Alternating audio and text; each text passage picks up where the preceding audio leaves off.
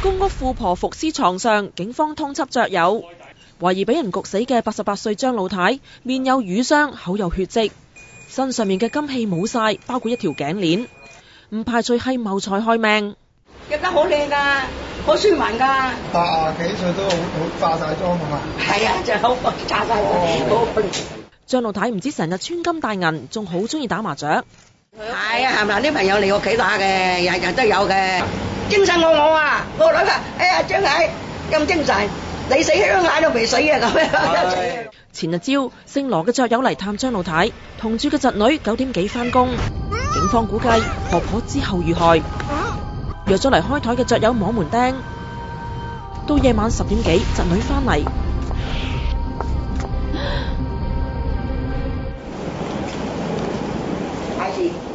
鑑證科人員全副裝備喺現場搜證，逗留咗個幾鐘之後，攞走多袋證物。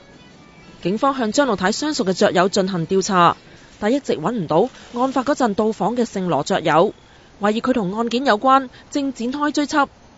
張老太喺葵涌大窩口住咗好多年，當妻嘅老公離世之後，4名仔女亦都先後遷出同埋移民。10年前，張老太嘅侄女嚟香港同住，照顧佢嘅起居飲食。佢兩個好好㗎，係啊，張太做佢女咁樣嘅。